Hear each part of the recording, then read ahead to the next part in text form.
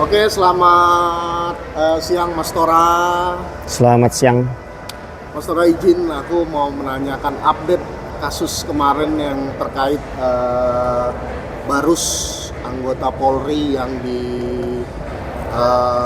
menganiaya seorang perempuan bernama Mega Rahmawati dan sudah dilaporkan di Polres Depok ya kalau nggak salah, dan Barus juga masih berdinas di Kakor Lantas ya kalau nggak salah. Seperti apa kasusnya sampai saat ini dan perpanjangan kasus ini seperti apa? Update dikit Mas.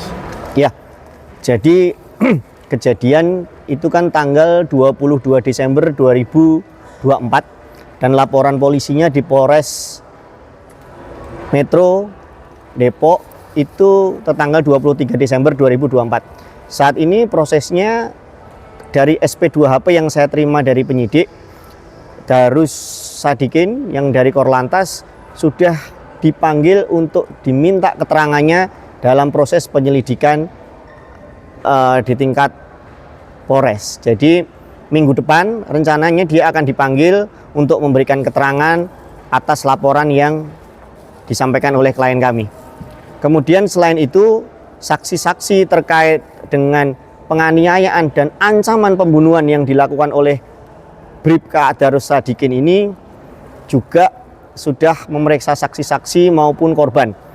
Selanjutnya selain dari laporan kami secara pidana ke Polres Depok, juga ada pengaduan kami kepada Divisi Propam Mabes Polri, dan ini sudah ditindaklanjuti di Biro Paminal.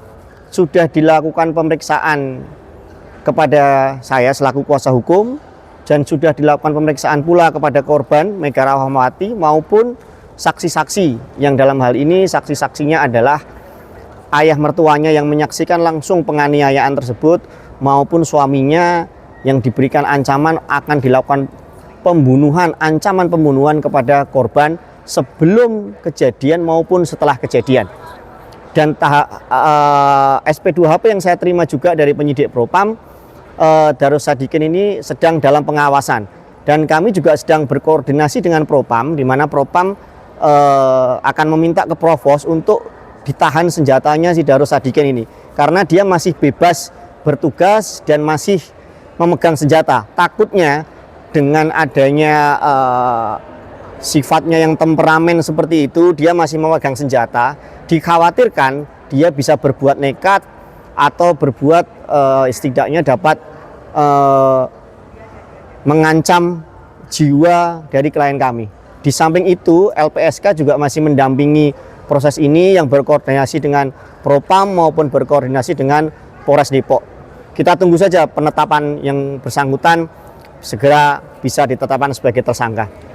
Mas, untuk Mega Rahmawati, kondisi Mega Rahmawati seperti apa Mas sekarang ini?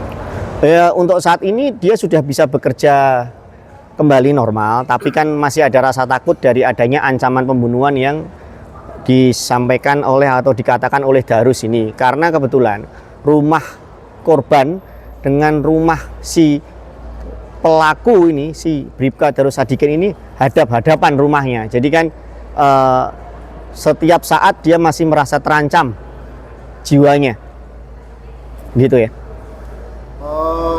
Tapi untuk Darus sekarang masih berdinas di Kakor Lantas, Mas? Iya, yang saya tahu Darus masih berdinas di Korlantas Polri. Hanya saja informasi yang saya peroleh dari Propam, dia sedang dalam tahap pengawasan. Artinya akan dipanggil lagi Darus tersebut? Kemarin dari Propam secepatnya akan segera dipanggil untuk Darusnya. Saya belum tahu kapan waktunya. Kalau di Polres minggu depan dia sudah dipanggil untuk diminta keterangannya. Jadi ini ada dua ya, proses pidana berjalan, proses dia di Propam sebagai anggota kepolisian, dia melakukan penganiayaan itu juga diproses bersamaan. Artinya belum sah dia sidang kode etik ya?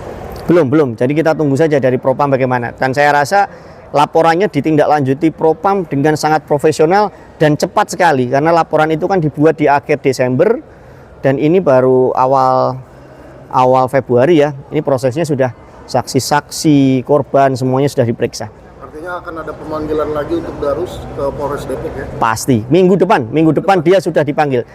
Kemarin agak terkendala karena kan Darus ini kan masih ada di instansi lain, di instansi sesama kepolisian, jadi harus menunggu persetujuan atau tanda tangan dari Kapolres, kemudian harus ke Korlantas, itu sih. Dan akan hadir juga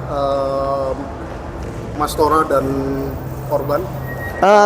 Pada saat pemanggilan Darus kita kan tidak berkepentingan ya, tapi yang pasti kami pasti akan diberikan laporan perkembangan penyelidikan oleh penyidik, dan harapan kami dia bisa ditetapkan sebagai tersangka dan kemudian mempertanggungjawabkan perbuatannya sesuai dengan ketentuan hukum yang berlaku.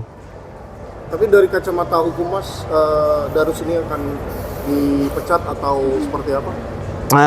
Kemarin di Propam itu selain dari persoalan pidana yang bisa menjerat Darus, ada hal lain yang terungkap bahwa penganiayaan ini timbul akibat dugaan Darus menduga klien kami ini melapor kepada istri sah Darus bahwa yang bersangkutan sudah melakukan pernikahan siri.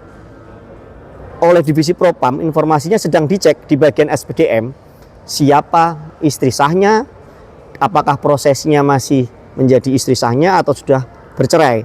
Karena saat ini yang bersangkutan, konflik kemarin yang terjadi adalah dengan istri sirinya yang bersangkutan. Pernikahan sirinya pun disaksikan oleh suaminya dari korban sendiri. Jadi seperti kita ketahui bersama bahwa seorang polisi tidak boleh menikah lebih dari satu orang. Kalau itu terjadi, istilahnya menikah siri padahal masih punya istri sah, itu masuk dalam pelanggaran berat. Jadi namanya pelanggaran berat, konsekuensinya apa? Ya kita tahu bersama, dia bisa diberhentikan. Apalagi perbuatan pidananya sudah bukan wilayah abu-abu lagi. Perbuatan pidana itu jelas dia melakukannya, ada saksinya, dan korbannya sudah divisum. Hanya tinggal tunggu waktu saja sih.